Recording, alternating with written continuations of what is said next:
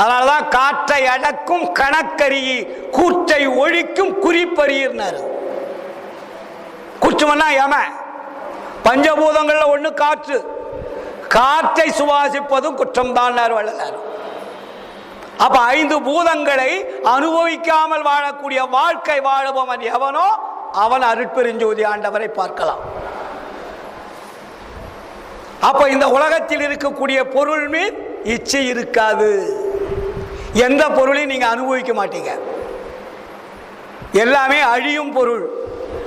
அழியும் பொருள் என்பதை தெரிந்து கொண்டுதான் வள்ளலார் அழியா பொருளை தேடினார், நமக்கு காட்டினார். அதனாலதான் அருட்பெருஞ்சோதி அகவல்ல என்ன சொல்றார் கடைசியில, உலகினில் உயிர்களுக்குறும் இடையூறலாம் விலக. நீங்க உலகத்தில் இருக்கக்கூடிய உயிர்களுக்கு வரக்கூடிய துன்பங்களை விலக வேண்டுமானால் என்ன செய்யணுமா?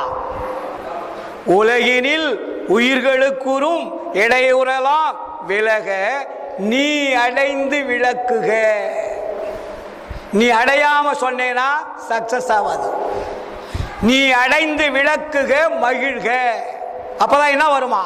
சுத்த சன்மார்க்க சுகநிலை பெறுக, உத்தமர் ஆகுக, ஓங்குக என்றனை.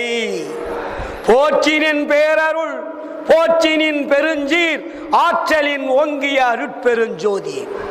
உன்னை எப்பொழுது போற்றும் அருட்பெருஞ்சோதி. நீ உத்தமனாக வாழ வேண்டும். உத்தமனாக வாழ்வதற்கு என்ன செய்ய வேண்டும்? இறைவனை இடைவிடாது தொடர்பு கொள்ள வேண்டும். எப்படி?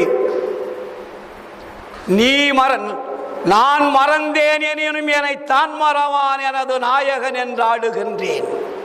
இதுவரையில் உன் மறந்தேன், உயிர் மறந்தேன், உன்னை மறந்தறியேன். மறந்தால் உயிர் விடுவேன், கனம் தரியேன். ஆணை ஆணை இது. அப்படி இருக்கணும். வள்ளலாறு ஒரு கணம்னா என்ன? கண்ணை மூடி திறக்கிறது. இந்த கண்ணை மூடி திறக்கின்ற நேரத்தில் கூட நான் உன்னை மறந்ததில்லை, கனம் தரியேன். அதோட விட்டாரா? சத்தியம் வச்சு சொல்றார், ஆணை ஆணை இது. ஏன் இவ்வளவுலாம் கஷ்டப்படணும்? நம்ம ஒரு கேள்வி கேட்பாங்க இல்லையா?